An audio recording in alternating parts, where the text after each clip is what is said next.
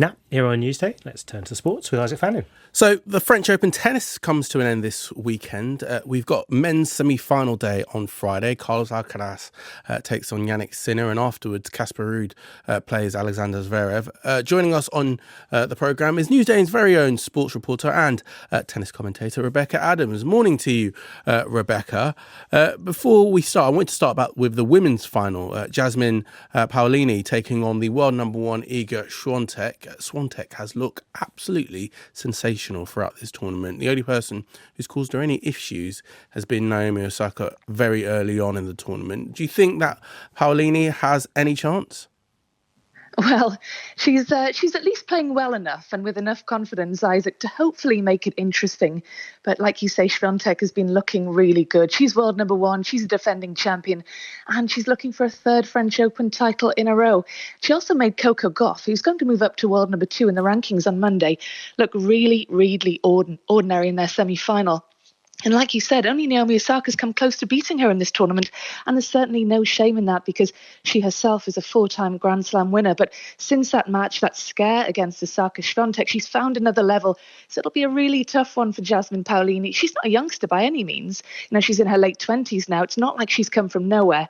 But this is a very surprising run from her. It's the first time she's managed to get past the second round at the French Open. And she's made it all the way to the final.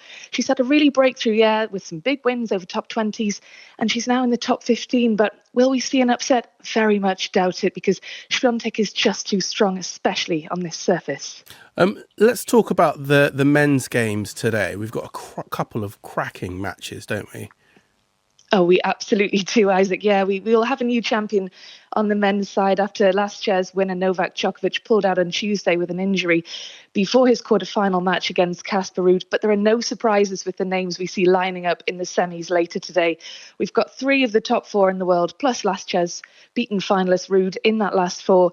And in the first of the semis, this is going to be an absolute cracker. It's a match that's worthy of the final. We've got world number two Yannick Sinner taking on world number three Carlos Alcaraz. And these two are expected to be the dominant players in the men's game for years to come now, with the old guard of Federer and Nadal, and to a certain extent Djokovic making way. In the second semi, well, that's a sense of deja vu because it's a rematch of one of last year's semi-finals with Alexander Zverev. He's out for revenge against Casper Ruud, who beat him at this stage in the tournament last year. As for Zverev, well, he's been beaten in the semis for the last 3 years and he'll really want to shake that off. But he is on an 11-match winning streak. He won a big title in Rome in the lead up to this tournament. But he makes Grand Slam finals. He's yet to win one. So it's sort of a case of always a runner-up with Zverev. And in Casper Ruud, we've got a clay court specialist, and he's made two of the last two finals, so he knows what it takes to get there. And in terms of Djokovic, you mentioned that he has been injured. He had surgery, didn't he?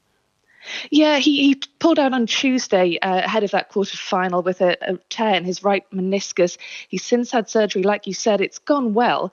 Recovery time for him is estimated to be between 3 or 4 weeks, and that leaves a question mark really over his participation at Wimbledon. That starts at the start of July. And not only that, he's also in a race against time to be fit for the Olympics as well, happening later that month. And of course, Djokovic will be really thinking about the Olympic Games because that is the title that's missing from his collection. And he'll really want to be fit for that, because by the time the next Games rolls around, he'll be 41. But knee surgery, of course, it's a serious thing, and time really isn't on his side. Yeah, time really is not on his side. Rebecca, appreciate you for joining us this morning. Rebecca Adams, our very own Newsday sports reporter and tennis commentator, joining us. Let me give you some quick other sports headlines. The Boston Celtics in the basketball were dominant in